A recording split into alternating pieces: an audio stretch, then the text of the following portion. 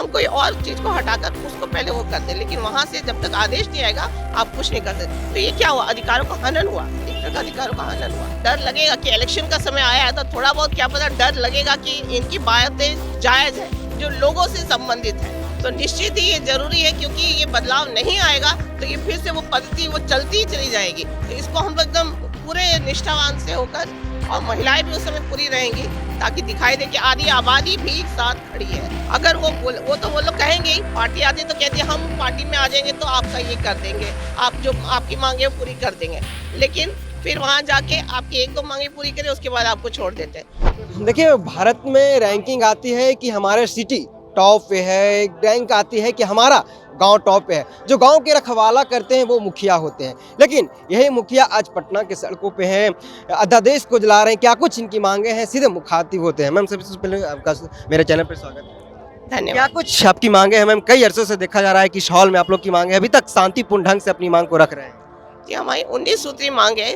जो गांव के डेवलपमेंट के लिए ही है। जो छोटी छोटी जरूरतें होती हैं लोगों की, वही मांगे एक मुखिया पूरी करते हैं। वो बड़ा सा कोई नहीं कर सकता है।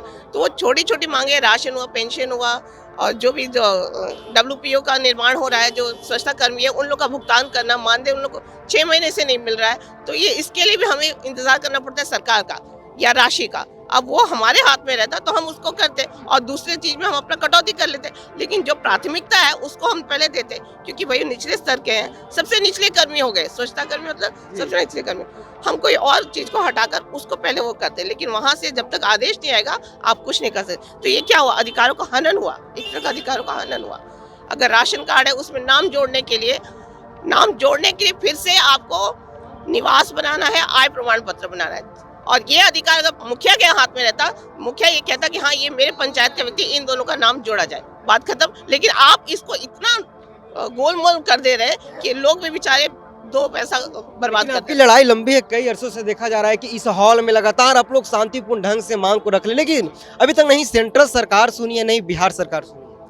नहीं, अब समय आ गया है। अब उन्हें थोड़ा बहुत डर लगेगा कि इलेक्शन का समय आया है तो थोड़ा बहुत क्या पता डर लगेगा कि इनकी बातें जायज है जो लोगों से संबंधित है।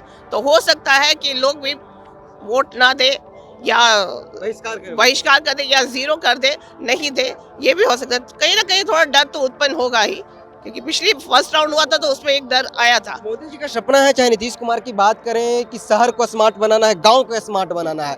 गांव के आप लोग रखवाले हैं, लेकिन आज आप ही लोग सड़क पे हैं। आप लोग कहते हैं कि हमारी मांगे सरकार नहीं सुनती है, तो वो गांव कैसे स्मार्ट होगा? नहीं, आप हमारी मांगे नहीं कह सकते, हमारी मांगे नहीं, जनता की मांग है।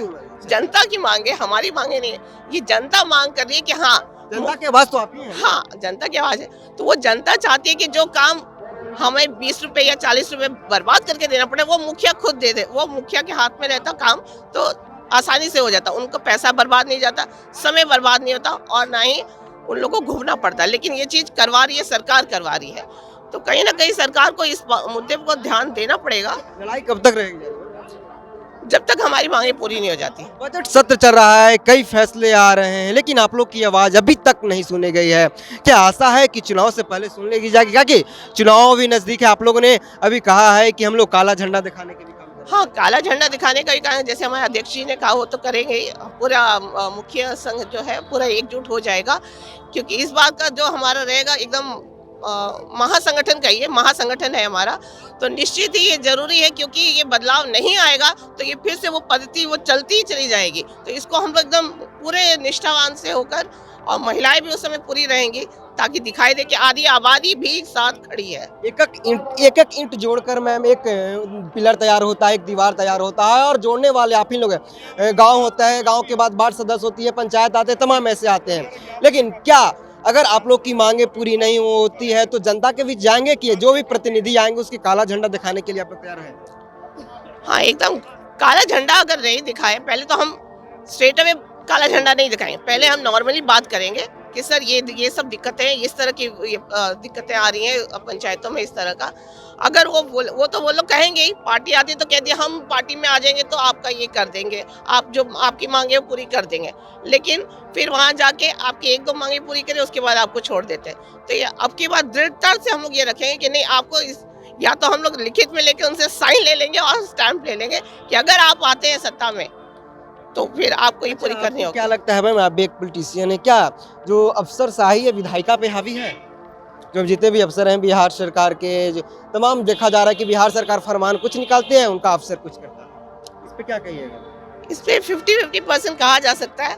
हर किसी पे दबाव रहता ही है, मीडिया पर भी दबाव रहता है, तो इसको आप 100% नहीं कह सकते, 50-50 आप कह सकते हैं कि सबका सब पे दबाव रहता ही है, तो इस तरह का है। ठीक है, आप थोड़ा परिचय दीजिए। मेरा नाम रेखा है, मैं बक्सर जिला से हूँ, मुखिया रेखा देवी हूँ। बहुत धन्यवाद है।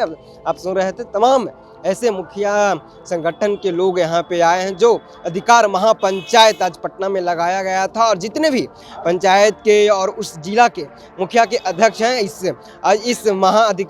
इस अधिकार महापंचायत में शामिल हुए और अपनी मांगों को रखा। इन्होंने साफ तौर पे कहा कि भाई अगर हमारी बात बिहार सरकार या सेंट्रल सरकार नहीं सुनती है तो हम लोग काला झंडा दिखाने के भी काम करेंगे। इन्होंने साफ तौर पे कहा कि 73वां संविधान संशोधन करके ग्राम पंचायत को जोड़ा गया था, लेकिन ये सरकार उस संशोधन को उल्लंघन कर रही है, हमारी मांगों को नहीं मान रही है।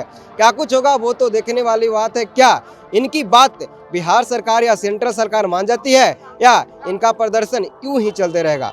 बहरहाल इस खबर में इतना ही। धन्यवाद।